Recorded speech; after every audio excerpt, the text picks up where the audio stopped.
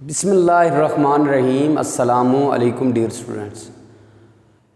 My name is Muhammad Idris and welcome to my channel Muhammad Idris Physics. Students आज हम 10th physics का course start करने जा रहे हैं और इंशाल्लाह आज हम 10th फिज़िक्स का चैप्टर नंबर 1 जो सीक्वेंस के लिहाज से चैप्टर नंबर 10 बनता है उसको इंशाल्लाह हम स्टडी करेंगे, सिंपल हार्मोनिक मोशन। और इंशाल्लाह इसमें आज हम इसकी जो पहली एग्जांपल है मास अटैच्ड टू अ स्प्रिंग, इसके बारे में भी डिटेल डिस्कशन करेंगे। सबसे पहले स्टूडेंट्स, सिंपल हार्मोनिक मोशन से पहले आपको ये बात पता होनी चाहिए कि वाइब्रेटरी या ऑसिलेटरी मोशन क्या होती है। वाइब्रेटरी या ऑसिलेटरी मोशन को हम सिंपली ऐसे डिफाइन कर सकते हैं, to and fro motion of a body about its mean position. Mean position के अराउंड किसी भी बॉडी की जो टू एंड फ्रो मोशन होती है उसको हम कहते हैं वाइब्रेटरी और ऑसिलेटरी मोशन। यानी कि जब भी कोई बॉडी अपनी मीन पोजीशन के आगे और पीछे मूव करती है तो हम उससे कहते हैं vibratory motion. For example motion of mass attached to a spring, जिस तरह मैस कोई अटैच हो किसी स्प्रिंग से हॉरिजॉन्टल सरफेस पे, इसी तरह डेली लाइफ में अगर आप देखेंगे तो मोशन ऑफ स्विंग, झूले की हरकत। आप पार्क में जाते हैं, वहाँ आपने देखा होगा स्विंग्स लगे होते हैं, झूले लगे होते हैं, तो वहाँ पे आप देखें स्विंग इनिशियली रेस्ट में होता है, तो जब वो रेस्ट में होता है तो वही वो उसकी पोजीशन जो होती है वो उसकी मीन पोजीशन कहलाती है। और जब हम उस पर फोर्स एक्सर्ट करते हैं तो वो आगे और पीछे मूव करना स्टार्ट कर देता है, तो इसी को हम कहते हैं to and fro motion.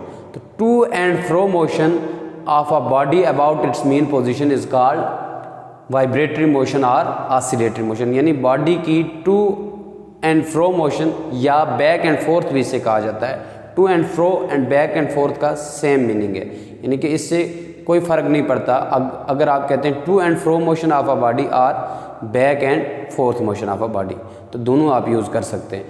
To and fro motion of a body about its mean position is called vibratory motion और ऑसिलेटरी मोशन।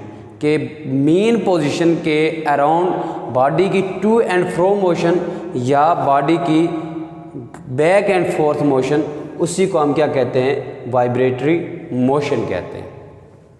अब यहाँ पे देखें, ये जो सिंपल हार्मोनिक मोशन है, अगर इस टॉपिक पे आप गौर करें तो इसमें ये तो आपको पता चल रहा है कि ये सिंपल मोशन है, लेकिन हार्मोनिक हार्मनी से है। हार्मनी कहते हैं हम मांगी जुड़े रहना, क्योंकि यहाँ पे मोशन मीन पोजीशन के अराउंड ही जुड़ी रहती है, मीन पोजीशन से जुड़ी रहती है, इसे हम कहते हैं, इसी वजह से इसको हम कहते हैं सिंपल हार्मोनिक मोशन। तो सिंपली अगर हम सिंपल हार्मोनिक मोशन को डिफ़ाइन करें तो हम सिंपल हार्मोनिक मोशन को ऐसे डिफ़ाइन कर सकते हैं, to and fro motion of a body in which acceleration of a body is directly proportional to the displacement and it is always directed toward the mean position. यानी कि किसी भी body की वाइब्रेटरी या oscillatory motion जिसमें body का acceleration जो हो वो डायरेक्टली प्रोपोर्शनल है डिस्प्लेसमेंट के, और ये एक्सेलरेशन ऑलवेज डायरेक्ट करता है, यानी इसकी डायरेक्शन होती है टुवर्ड मीन पोजीशन। तो इसमें आपने दो चीज़ें याद रखनी है। पहली चीज़ आपने ये याद रखनी है कि यहाँ पे जो बॉडी की मोशन होगी वो टू एंड फ्रो होगी या वाइब्रेटरी मोशन होगी। ये पहली चीज़ आपने ये याद रखनी है इसमें कि सिंपल हार्मोनिक मोशन में बॉडी की मोशन जो होती है वो कौन सी होती है, वाइब्रेटरी मोशन या ऑसिलेटरी मोशन, और मीन पोजीशन के अराउंड होती है। और उसके अलावा दो चीज़ें आपने और याद रखनी है, वो ये कि इसमें बॉडी का जो एक्सेलरेशन होता है वो हमेशा डायरेक्टली प्रोपोर्शनल होता है किसके, डिस्प्लेसमेंट के। इसको आगे चल के हम एक्सप्लेन करेंगे। और फिर इसमें दूसरी चीज़ आपने याद रखनी है कि ये एक्सेलरेशन ऑलवेज इसकी डायरेक्शन होती है टुवर्ड मीन पोजीशन। यानी एक आपने इसमें ये पॉइंट याद रखना है कि एक्सेलरेशन डायरेक्टली प्रोपोर्शनल होता है डिस्प्लेसमेंट के, और दूसरा एक्सेलरेशन की डायरेक्शन हमेशा मीन पोजीशन की तरफ होती है। अब इसकी एग्जांपल्स को अगर हम देखें सिंपल हार्मोनिक मोशन की एग्जांपल्स को, तो इसकी एग्जांपल जो है, पहली एग्जांपल वो है mass attached to a spring on a horizontal surface. किसी भी हॉरिजॉन्टल सरफेस पे अगर स्प्रिंग के साथ आप मैस अटैच कर दें तो उससे आप डिस्टर्ब करें तो वो भी वाइब्रेट करना स्टार्ट कर देता है मीन पोजीशन के अराउंड, तो वो भी सिंपल हार्मोनिक मोशन की एग्जांपल है। इसी तरह बॉल एंड बॉल सिस्टम, यानी बॉल कहते हैं कशकोल को या प्याला, एंड बॉल सिस्टम और बॉल, यानी बॉल और बॉल सिस्टम में भी आपने देखा होगा कि ये भी क्या करता रहता है। जब हम टॉपिक पढ़ेंगे इंशाल्लाह तो इसको भी डिटेल से हम डिस्कस करेंगे, लेकिन इतना बता देता हूँ कि इसमें भी बॉडी की जो मोशन होती है वो भी वाइब्रेटरी मोशन या ऑसिलेटरी मोशन होती है। इसी तरह मोशन ऑफ अ स्विंग के बारे में बता चुका हूँ। मैंने बताया है कि स्विंग इनिशियली रेस्ट में होता है, जब हम उसको डिस्टर्ब करते हैं, उसको पुश करते हैं तो वो मीन पोजीशन के अराउंड वाइब्रेट करना स्टार्ट हो जाता है। तो इसीलिए ये भी एग्जांपल है सिंपल हार्मोनिक मोशन की। और फिर उसके बाद a small bob attached to a light string, कि कोई स्मॉल बॉब जो किसी लाइट स्ट्रिंग से अटैच हो, जिसको हम सिंपल पेंडुलम कहते हैं। इंशाल्लाह इस टॉपिक को भी हम नेक्स्ट स्टडी करेंगे डिटेल के साथ, लेकिन ये भी इतना याद रख लें कि ये भी एग्जांपल है सिंपल हार्मोनिक मोशन की, और इसमें भी बॉडी की जो मोशन होती है वो भी वाइब्रेटरी मोशन होती है। सबसे पहले हम डिस्कस कर लेते हैं इसमें से ये जो एग्जांपल्स हमने इसकी स्टडी की हैं, इनमें सबसे पहली एग्जांपल है mass attached to a spring, और आज हम इंशाल्लाह इसी को स्टडी करते हैं। सबसे पहले हम कोई हॉरिजॉन्टल सरफेस ले लेते हैं। यहाँ पे हमने कोई हॉरिजॉन्टल सरफेस ले ली, उसके साथ हमने स्प्रिंग को अटैच कर दिया। अब इस स्प्रिंग के साथ हमने दूसरी तरफ मैस लगा दी। अब यहाँ पे देखें ये इसकी मेन पोजीशन है, ओरिजिनल अभी हमने इसको डिस्टर्ब नहीं किया, ये रेस्ट में है, क्योंकि मेन पोजीशन क्या होती है? Mean position is the equilibrium position of a body in which no net force acting on a body, यानी इक्विलिब्रियम पोजीशन बॉडी की होती है जिसमें बॉडी पे कोई फोर्स एक्ट नहीं करती। मैंने आपको बता दिया है कि ये रेस्ट में होगा, तब हम कहेंगे कि ये मेन पोजीशन पे है। यानी कि इनिशियली क्योंकि ये रेस्ट में होगा, तो रेस्ट में होगा तो इस पे जो नेट फोर्स एक्ट करती हैं वो किसके इक्वल होगी? ज़ीरो के। और डिस्प्लेसमेंट भी कुछ भी कवर नहीं कर रहा, यहाँ एक्स डिस्प्लेसमेंट को रिप्रेजेंट कर रहा है या इंक्रीज इन लेंथ को, तो डेफिनेटली यहाँ ये ना इसकी लेंथ इंक्रीज हो रही, ना ये डिस्प्लेसमेंट कवर कर रहा है, तो ये भी किसके इक्वल होगा? ज़ीरो के। ओ यहाँ रिप्रेजेंट कर रहा है ओरिजिन को या मेन पोजिशन को। फॉर एग्जाम्पल अब हम इस पर कोई फोर्स एक्सर्ट करते हैं। जब हम इस पर कोई फोर्स एक्सर्ट करेंगे तो ये इसको हम पुश करेंगे टूवर्ड एक्सट्रीम पोजीशन, यानी कि ये देखिए यहाँ पे ये मेन पोजीशन ओ पे मौजूद है। जब हम इस पे कोई फोर्स एक्सर्ट करेंगे या इसको पुल करेंगे टूवर्ड एक्सट्रीम पोजीशन ए, तो ये याद रख लीजिएगा एक्सट्रीम पोजीशन क्या होती है? जब बॉडी वाइब्रेट करती है अपनी मेन पोजीशन के अराउंड, तो वो आगे भी मूव करती है और पीछे भी मूव करती है। तो आगे भी वो एक लिमिट तक मूव कर सकती है और पीछे भी एक लिमिट तक मूव कर सकती है। अब आगे जहाँ तक वो मूव कर सकती है वो उसका एक्सट्रीम पॉइंट है, और इसी तरह पीछे भी जहाँ तक वो मूव कर सकती है वो उसका एक्सट्रीम पॉइंट या एक्सट्रीम पोजीशन है। अब यहाँ पे देखें, यहाँ पे हमारे पास स्प्रिंग है, इसके साथ हमने कोई मैस अटैच किया हुआ है। अब हमने इस पर कोई एक्सटर्नल फोर्स लगाई, इसको पुल किया, तो ये इसको हमने कहाँ तक पुल किया है? एट एक्सट्रीम पोजीशन ए तक, यानी हमारे पास जो एक्सट्रीम पोजीशन ए है, इससे ज़्यादा अगर इसको पुल करेंगे तो ये बॉडी दोबारा अपनी ओरिजिनल पोजीशन में नहीं आ पाएगा, यानी इलास्टिक लिमिट के अंदर ही हमने इसको पुल करना है। अब हमने इसको पुल किया टूवर्ड एक्सट्रीम पोजीशन ए, यहाँ तक हमने इसको पुल करके रिलीज़ कर दिया, छोड़ दिया। जब हम इसको छोड़ेंगे तो ये दोबारा मूव करेगा टूवर्ड मेन पोजीशन ओ। किधर मूव करेगा? Toward mean position O. किस वजह से? Due to spring force. Spring force की वजह से, या जिसे हम आमतौर पर रिस्टोरिंग फोर्स कहते हैं। रिस्टोरिंग फोर्स क्या होती है? The spring force always acts toward the mean position, कि स्प्रिंग फोर्स हमेशा मीन पोजीशन की तरफ एक्ट करती है। It is some time called a restoring force, और इसी को हम क्या कहते हैं? रिस्टोरिंग फोर्स भी। तो याद रख लीजिएगा, स्प्रिंग चाहता है कि वो अपनी ओरिजिनल पोजीशन मेंटेन रखे, बरकरार रखे, यानी जिस फॉर्म में ये पहले था इसी फॉर्म में रहे। इसीलिए जब हम इसको यहाँ तक खींचते हैं, एक्सट्रीम पोजीशन ए तक, और फिर इसको रिलीज़ कर देते हैं, छोड़ देते हैं, तो ये दोबारा मूव करता है किधर? टूवर्ड मीन पोजीशन ओ। और याद रखिए, ये मीन पोजीशन ओ पे जाके अब स्टॉप नहीं होता, क्योंकि अगर ये सिर्फ स्प्रिंग होता तो मीन पोजीशन ओ पे शायद स्टॉप हो जाता। अब ये स्प्रिंग नहीं है सिर्फ, इसके साथ मैस भी हमने अटैच किया हुआ है, तो ये मीन पोजीशन ओ पे स्टॉप नहीं होगा। इनर्शिया की वजह से ये टूवर्ड एक्सट्रीम पोजीशन बी की तरफ मूव करेगा।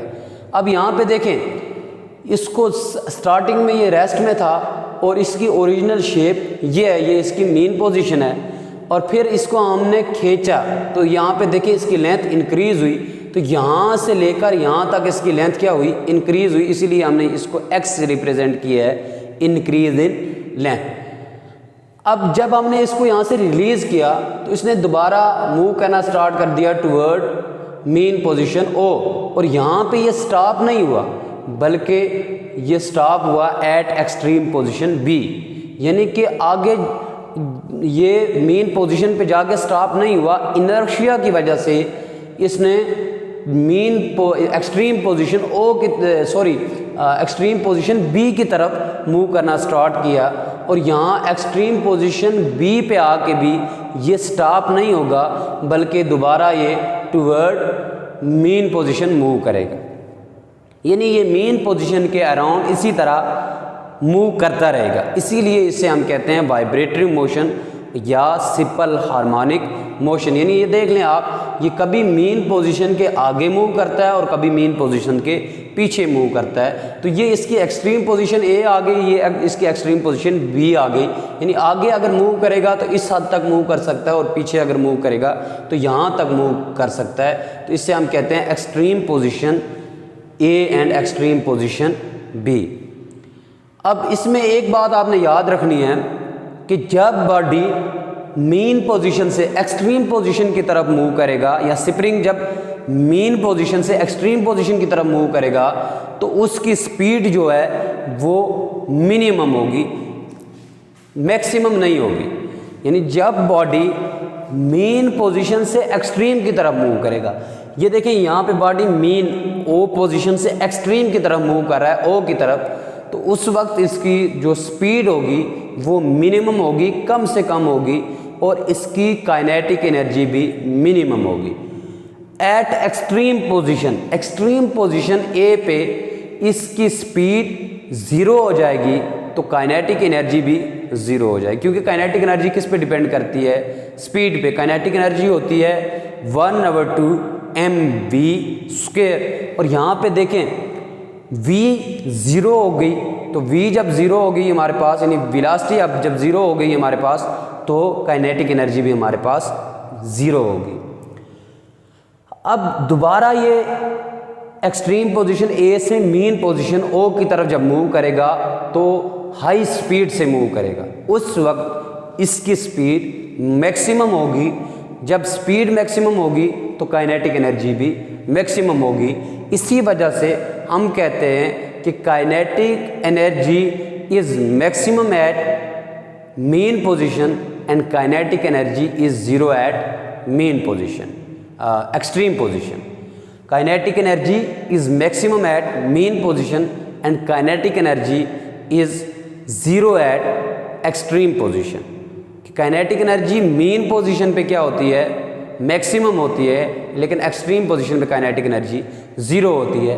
और टूवर्ड जब आप एक्सट्रीम पोजीशन की बात करते हैं तो काइनेटिक एनर्जी मिनिमम होती है, और टूवर्ड मीन पोजीशन की तरफ जब आप बात करते हैं तो काइनेटिक एनर्जी क्या होती है? मैक्सिमम होती है।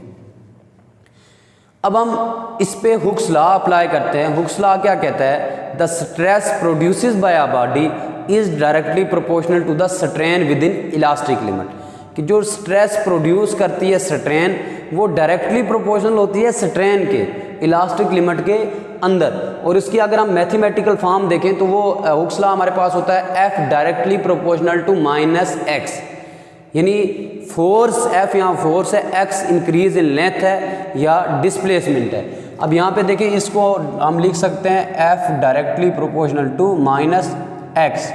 यहाँ पे देखें F फोर्स है, ये x है इंक्रीज इन लेंथ या डिस्प्लेसमेंट, तो फोर्स डायरेक्टली प्रोपोर्शनल है डिस्प्लेसमेंट के, लेकिन साथ में उसने माइनस साइन भी यूज़ किया है, तो negative sign shows that the direction of force is always opposite to displacement, कि जो फोर्स की डायरेक्शन होती है वो हमेशा अपोजिट होती है डिस्प्लेसमेंट के। फॉर एग्जांपल यहाँ पे देखें, ये हमारे पास देखें यहाँ पे स्प्रिंग फोर्स की हम जब बात करते हैं तो उसकी डायरेक्शन हम कहते हैं हमेशा होती है किधर? Toward mean position. अब देखिए स्प्रिंग फोर्स की डायरेक्शन किधर है? टुवर्ड मीन पोजीशन, लेकिन अगर आप देखेंगे इंक्रीज इन लेंथ, लेंथ किधर इंक्रीज हो रही है? इस डायरेक्शन में। यहाँ डिस्प्लेसमेंट इस डायरेक्शन में कवर हो रहा है, लेकिन स्प्रिंग फोर्स एक्ट कर रही है टुवर्ड मीन पोजीशन, तो दोनों की जो डायरेक्शन है वो अपोजिट है, इसलिए हमने क्या किया है? माइनस साइन यहाँ पे यूज़ किया है। अब जब हम प्रोपोर्शनलिटी के साइन को ख़त्म करते हैं तो हम कोई कांस्टेंट ज़रूर यहाँ इंट्रोड्यूस करवाते हैं। मैंने आपको बताया था कि वो कांस्टेंट डिफरेंट टॉपिक्स के हिसाब से डिफरेंट होता है। किसी जगह पे हम A लेते हैं, किसी जगह पे B लेते हैं, किसी जगह पे C लेते हैं, किसी जगह पे K आ जाता है और किसी जगह पे कांस्टेंट ही लिख देते हैं। और यहाँ पे हम क्या लेंगे? K, where K is spring constant and stiffness of a spring. ये स्टिफनेस ऑफ स्प्रिंग है या स्प्रिंग कांस्टेंट है। अगर इसकी वैल्यू हम फाइंड करें तो ये देखिए x इसके साथ मल्टीप्लाई हो रहा है, दूसरी तरफ जाके x क्या हो जाएगा? डिवाइड हो जाएगा, तो इसका रिलेशन आपके पास आ जाएगा k is equal to minus F divided by X. अब हम न्यूटन सेकंड लॉ को अप्लाई करते हैं। न्यूटन सेकंड लॉ हमारे पास क्या है? F is equal to M A. अब ये जो वैल्यू है एम ए की, ये हम पुट कर देते हैं इक्वेशन नंबर 1 में। इसको हमने नाम दे दिया इक्वेशन नंबर 1 का। इसमें इसकी वैल्यू पुट कर देते हैं, F की जगह हम पुट कर देते हैं M A is equal to minus K of X. अब यहाँ पे देखिए ये m मल्टीप्लाई हो रहा है, दूसरी तरफ जाके ये डिवाइड हो जाएगा, तो ये आ जाएगा minus K our m into x. अब आपको पता है k तो यहाँ पे है ही कांस्टेंट, लेकिन साथ में याद रख लीजिएगा मैस भी कांस्टेंट है। अब देखिए ये जो मैस हमने इसके साथ अटैच किया है, तीनों केसेस में वो चेंज नहीं हो रहा, मैस कांस्टेंट है, चेंज नहीं हो रहा, इसलिए हम इस पूरे के आवर एम को प्रोपोर्शनलिटी के साइन के इक्वल लिख लेंगे, यानी कि इसको हम ऐसे लिख लेंगे a directly proportional to minus X. और इसमें जब प्रोपोर्शनलिटी का साइन हम ख़त्म करेंगे तो दोबारा हमारे पास रिलेशन क्या आ जाएगा? a is equal to minus K over M into X, यानी के आवर एम को हमने यहाँ पे कांस्टेंट कंसीडर कर दिया और इसको हमने लिख दिया है a directly proportional to minus X. अब देखें हमने क्या पढ़ा था स्टार्टिंग में कि सिंपल हार्मोनिक मोशन क्या होती है? मैंने कहा था the oscillatory motion of a body in which acceleration of a body is directly proportional to displacement. अब देखें यहाँ पे देखें ये मैथमेटिकल फॉर्म हमें बता रही है, ये इक्वेशन हमें बता रही है कि जो mass attached to a spring है ये एग्जाम्पल है सिंपल हार्मोनिक मोशन की, क्योंकि इसमें देखें एक्सेलरेशन क्या है? डायरेक्टली प्रोपोर्शनल है इंक्रीज इन लेंथ के यहाँ डिस्प्लेसमेंट के। मैंने पहले बताया था x यहाँ पे इंक्रीज इन लेंथ है या डिस्प्लेसमेंट है, तो ये रिलेशन बताता है कि यहाँ पे एक्सेलरेशन डायरेक्टली प्रोपोर्शनल है डिस्प्लेसमेंट के। और सिंपल हार्मोनिक की मोशन, सिंपल हार्मोनिक मोशन की डेफिनेशन में हमने ये स्टडी किया था कि उसमें एक्सेलरेशन क्या होता है? डायरेक्टली प्रोपोर्शनल होता है डिस्प्लेसमेंट के। और दूसरी बात कि acceleration always directly toward mean position, acceleration हमेशा मीन पोजीशन की तरफ उसकी डायरेक्शन होती है। अब यहाँ पे देखिए ये माइनस साइन भी यही बता रहा है कि एक्सेलरेशन और डिस्प्लेसमेंट की जो डायरेक्शन है वो एक दूसरे के अपोजिट है। अब यहाँ पे देखिए नेगेटिव साइन बता रहा है एक्सेलरेशन और जो डिस्प्लेसमेंट की डायरेक्शन है वो एक दूसरे के अपोजिट है। तो यहाँ पे मैंने पहले आपको बताया था डिस्प्लेसमेंट तो इस डायरेक्शन में कवर हो रहा है, लेकिन एक्सेलरेशन की जो डायरेक्शन होगी वो होगी टुवर्ड मेन पोजीशन। तो ये हमारे पास क्या है, रिक्वायर्ड प्रूफ है mass attached to a spring का। अब अगर हम इसका टाइम पीरियड फाइंड करना चाहें सिंपल हार्मोनिक मोशन का, तो सिंपल हार्मोनिक मोशन का टाइम पीरियड हम कैसे फाइंड कर सकते हैं, तो ये फार्मूला लगा के t इज इक्वल टू 2 पाई m/k का स्क्वायर रूट, ये फार्मूला लगा के हम सिंपल हार्मोनिक मोशन का टाइम पीरियड फाइंड कर सकते हैं। तो स्टूडेंट्स आज का हमारा टॉपिक अपने इख्तिताम को पहुंच गया है। इंशाअल्लाह नेक्स्ट लेक्चर में एक नए टॉपिक के साथ आपसे फिर मुलाकात होगी। तब तक के लिए अल्लाह हाफिज़ व नासिर।